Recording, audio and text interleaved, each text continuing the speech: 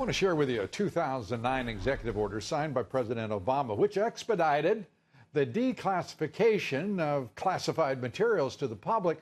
But now his corrupt attorney general says President Trump doesn't have the authority to declassify important FISA-related documents that could well implicate President Obama and, yes, his attorney general as well.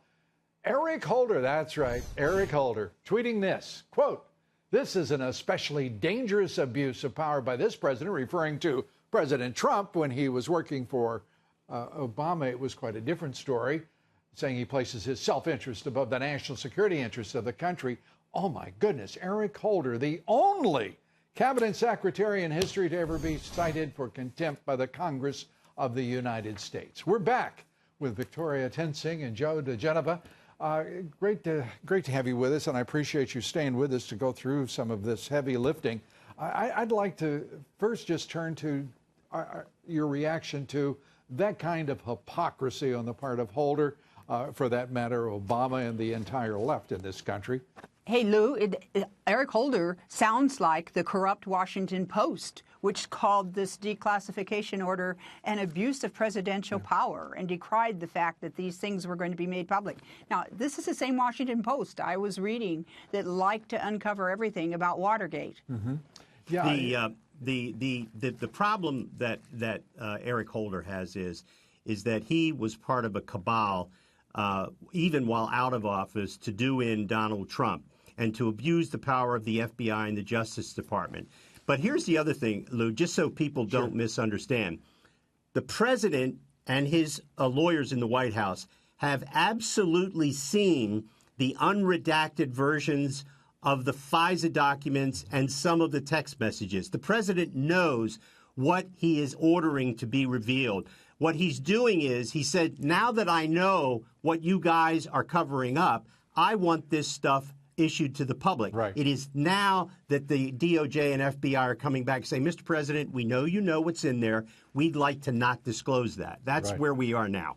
And where we are right now, we are sitting now at that very, the tipping point, the incipient point of what will either be revelation and openness and transparency and honoring the public's right to know in the democracy of this great constitutional republic, or we'll be frustrated again. And that's what makes me so angry when I think about the Department of Justice leaders, the intelligence community under President Obama, the FBI. I mean, this is revulsive, repugnant corruption. Yes, and you know what, Lou?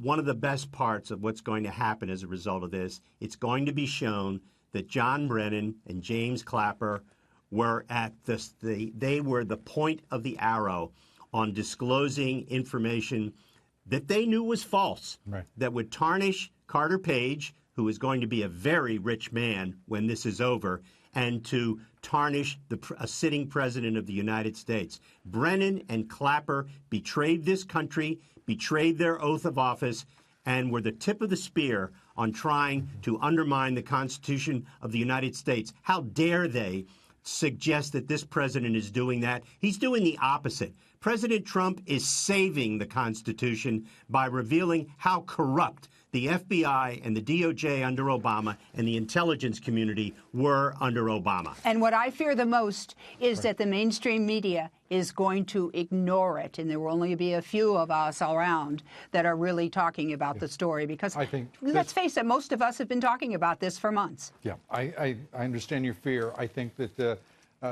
public, once they know what has transpired, this will spread like a wildfire, if you will.